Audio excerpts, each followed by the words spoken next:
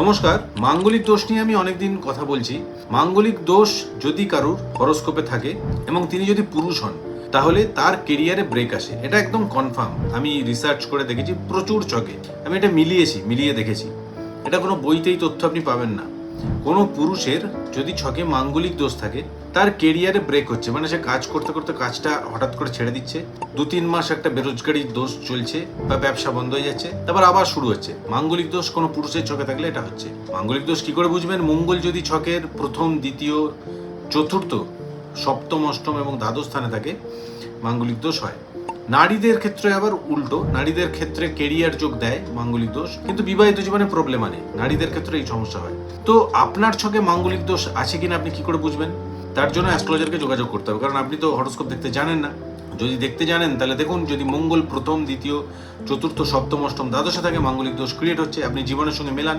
আপনি যদি পুরুষ হন, আপনার কেরিয়ারে ব্রেক হয়েছে। যদি মহিলা হন, বিবাহিত জীবনে সমস্যা চলছে। এবারে এর সলিউশন কি? সলিউশন হচ্ছে মঙ্গল দোষ খণ্ডন বা নিবারণ করার একটি পুজো হয়, সেই পুজোটি সম্পাদন করতে হয়।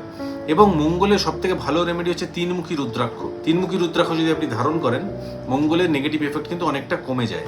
এখন আপনি কনফিউজড যে আপনার চোখে সত্যি মাঙ্গলিক দোষ আছে কিনা, তাহলে এই নাম্বারে আপনি আমার সঙ্গে অ্যাপয়েন্টমেন্ট বুক করতে পারেন। আমি আপনার হরোস্কোপটা দেখে আমি সব কিছু বলবো, আপনাকে কিচ্ছু বলতে হবে না। তারপর আপনার যা প্রশ্ন আছে তা করতে পারেন। ধন্যবাদ।